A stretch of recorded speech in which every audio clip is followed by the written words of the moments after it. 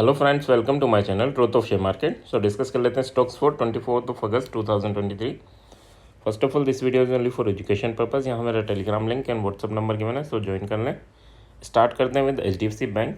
HDFC bank की बात करें तो आज वहीं ओपन हुआ एंड उसी का सपोर्ट लेके ऊपर मूवमेंट स्टार्ट किया। ठीक है, अब ये एक रेंज में है 1590 है ना, ये 1 आवर की कैंडल है। तो अगर हम बात करें तो लास्ट 4 आवर है ना, 4 आवर में ये ऑलमोस्ट एक ही रेंज में फंसा हुआ है, 1590.5 एंड 1584।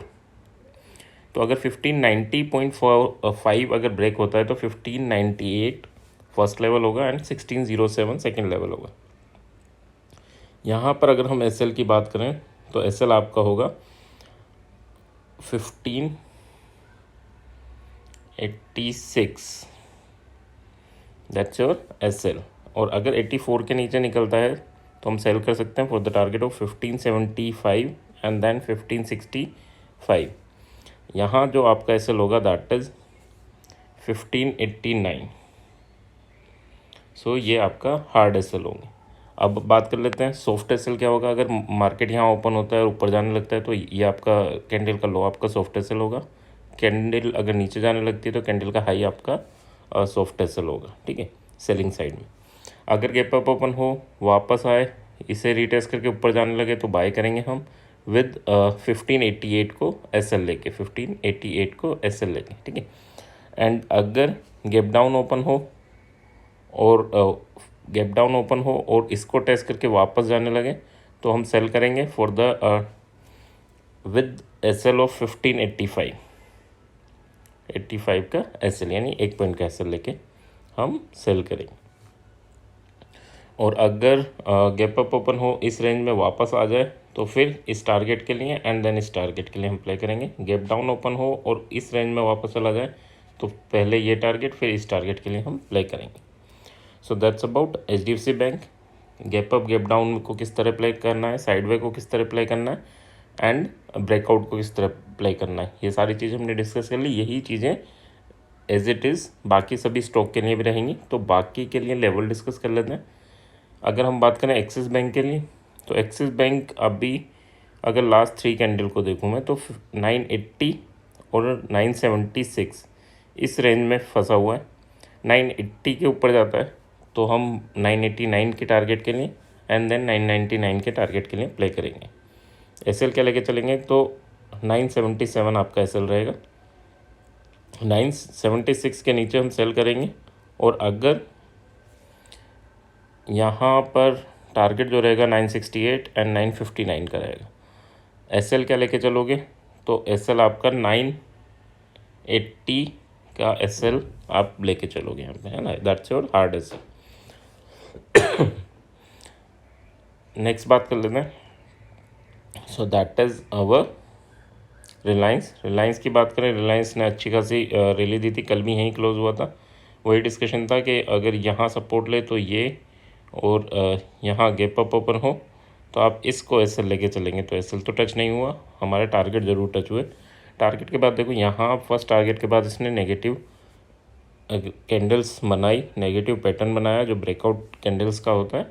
उसके बाद ये वापस उसी लेवल पे आया एंड उसका भी ब्रेकआउट देके नीचे वाले लेवल पे गया, है ना।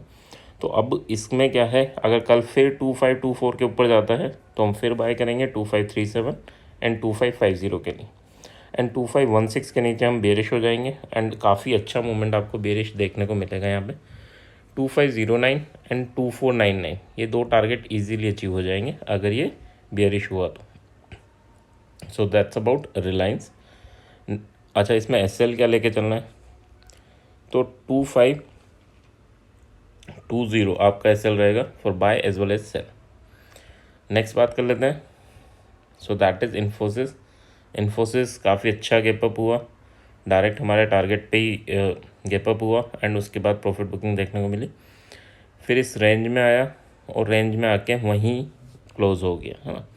तो अब वापस हम देखेंगे कि 1409 के ऊपर जाता है तो फिर बाय करेंगे for the target of 1416 and 1424.5 and SL क्या लेके चलेंगे तो 1407 का एसएल लेके चलेंगे, 2 पॉइंट का एसएल। ठीक है, बट 1407 के नीचे जाना चाहिए ना, यानी 1406.9 तक गया तो हम हमारा एसएल ट्रिगर करा लेंगे, ठीक है।